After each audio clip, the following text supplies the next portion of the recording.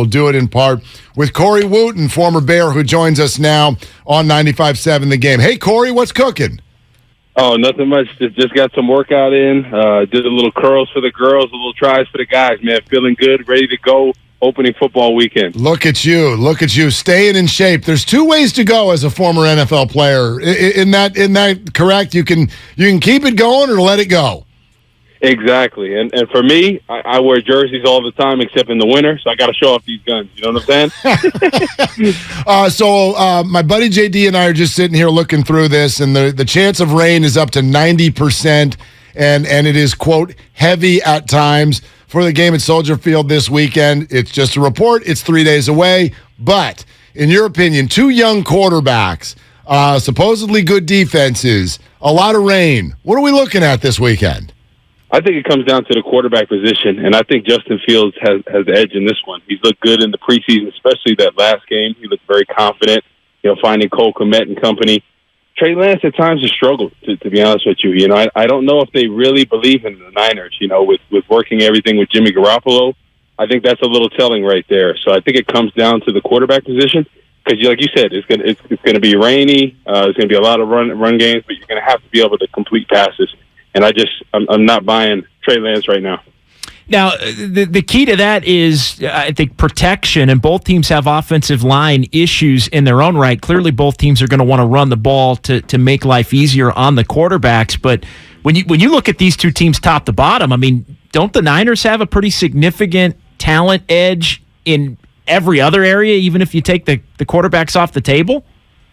Yeah, I think they do. When you look at the defensive line, obviously Nick Bosa is a talented bunch, but don't sleep on the Bears. Robert Quinn had over 19 last year. You look at Al-Qadim Muhammad, you look at Travis Gibson, both guys that had breakout seasons kind of in their first year really playing. So I think it's a pretty evenly matched. Obviously Deebo Samuel and Kittles have the edge offensively, but I think defensive front wise, it's pretty similar. Corey, you said something there that I want to go back to in your first answer because it speaks to, I think, where we are collectively in the Bay, the answer that everyone's waiting for. Your quote was, with Trey Lance, I'm not buying it right now. Why? What's going on there? Hey, looking at him in the preseason, I think he's just struggled with certain reads, certain throws. He just doesn't seem comfortable, right? It kind of reminds me of Justin Fields a year ago. He doesn't have that full year of playing experience. And now, Justin Fields has that game plan caller that's scripting for success for him. Trey Lance just doesn't seem confident, and it's really his first year truly playing. So I think it's going to take some time, and I guess we'll see how long his leash is. What do you think the ceiling is for this Bears team this season? Because and we've been talking to a few people. I mean, the view out here is that the Bears are among the worst, let's say, 3 to 5 teams in the entire league. How do you view where this team stands in the landscape of the NFL? I think they're going to surprise a lot of people. You look at what they're going to do. They're going to run the football. They're going to play great defense. They're going to stop the run. They're going to be disciplined, something they didn't do under Matt Nagy. You look at under defensive coaches, Lovie Smith, back to the Ditka days. That's when the Bears did the best. When they run the football, they control the clock. They play great defense. I think we're going to get back to that. You look at the Tennessee Titans, what they've been able to do with Ryan Tannehill.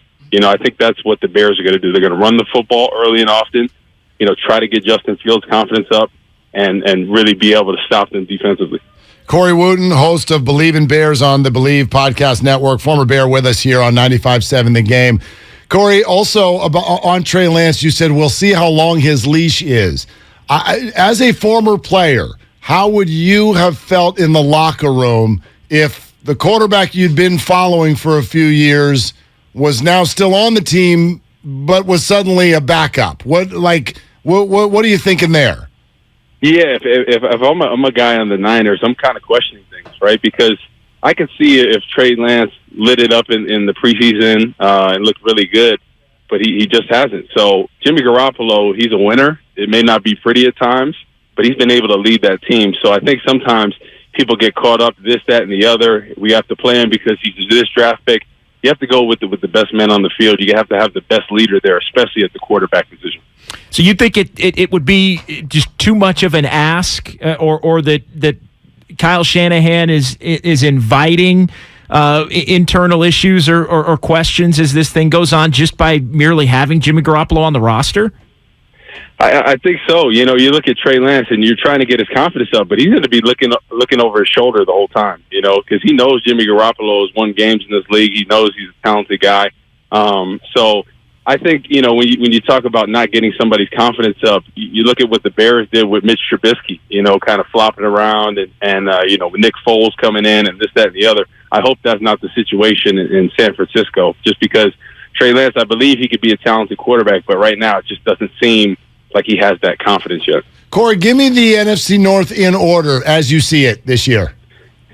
So I'm going to say that the Vikings are going to win it, then Green Bay second, and the Bears third, and Detroit last. So you didn't you apparently didn't watch Hard Knocks. You're not allowed to think Detroit is going to be in last if you watch Hard Knocks. Oh yeah. I think they're going to improve a lot. I like what they've been able to do there, but it takes time, and you look at the Vikings, they have a really good roster. Offensively, I think they're going to be good.